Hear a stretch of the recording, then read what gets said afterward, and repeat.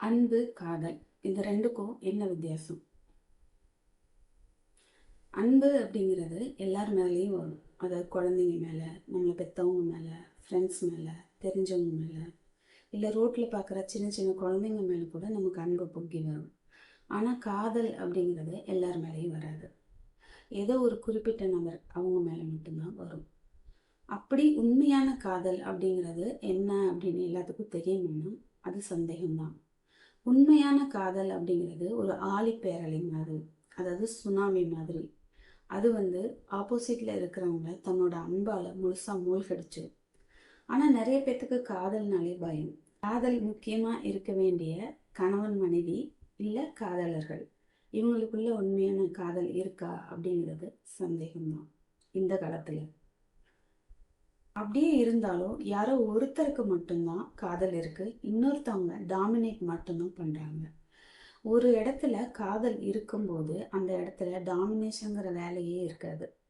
ஆனால் நம்ம பெரும்பாலும் கணவன் மனைவிகளை எடுத்துக்கிட்டாலும் சரி, இல்லை லவ்வர்ஸை எடுத்துக்கிட்டாலும் சரி, அதில் ஒருத்தர் ரொம்ப ரொம்ப அன்பாக உருகி உருகி காதலிப்பாங்க, இன்னொருத்தங்க டாமினேட் பண்ணுறவங்க மட்டும்தான் இருப்பாங்க.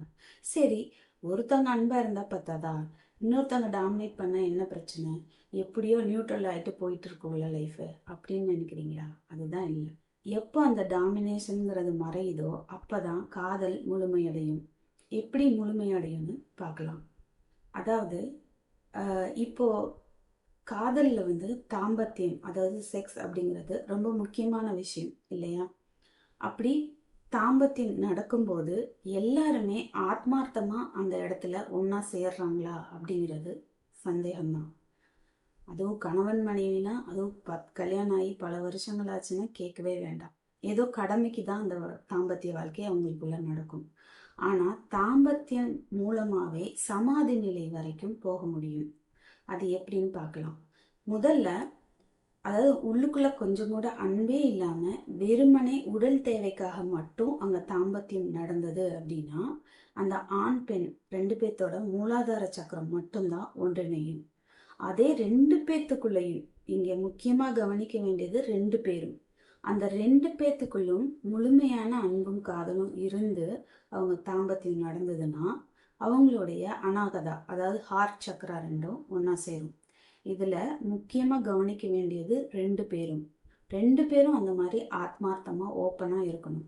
யாராவது ஒருத்தருக்குள்ள முழுமையான காதல் இருந்து ஒருத்தர் டாமினேட்டடாக இருந்தால் கூட, அதாவது மனதளவில் டாமினேட் பண்ணால் கூட அங்கே அந்த ஹார்ட் சக்கரா ரெண்டும் சேராது. அதே போல் ராதா கிருஷ்ணர் 2 பேர்த்தையும் காதலோட சின்னமாக ஏன் சொல்கிறோம் அப்படின்னா, அவங்க 2 பேர்த்துக்குள்ளும் அந்த நெருக்கம் நிகழும் போது அங்கே 2 பேர்த்துக்கும் சகசிரார சக்கரம் ஒன்றா சேருது. அப்போ அவங்க 2 பேரும் காணா போய் ஒருமையாகிறாங்க. அந்த அளவுக்கு ஒருத்தரை நமக்குள்ள முழுமையா அனுமதிச்சா மட்டும்தான் எந்த பார்டரும் அங்கே இருக்கக்கூடாது. எந்த ஒளிவு மறைவு, எந்த பார்டர் எதுவுமே இருக்கக்கூடாது. 2 பேர்த்துக்குள்ளேயும் மிகப்பெரிய அன்பும் மரியாதையும் மிகப்பெரிய ஒரு ட்ரஸ்ட்டும் இருந்தால் மட்டும்தான் அது சாத்தியம். அதனால முடிஞ்ச வரைக்கும் கணவன் மனைவிக்குள்ள தாம்பத்திய உறவுல 2 பேரும் ஆத்மார்த்தமா இருக்க முயற்சி பண்ணணும். அதாவது அந்த இடத்துல எந்த பவுண்டரிஸும் இருக்கக்கூடாது, எந்த ஒரு ஈகோவும் அங்கே இருக்கக்கூடாது.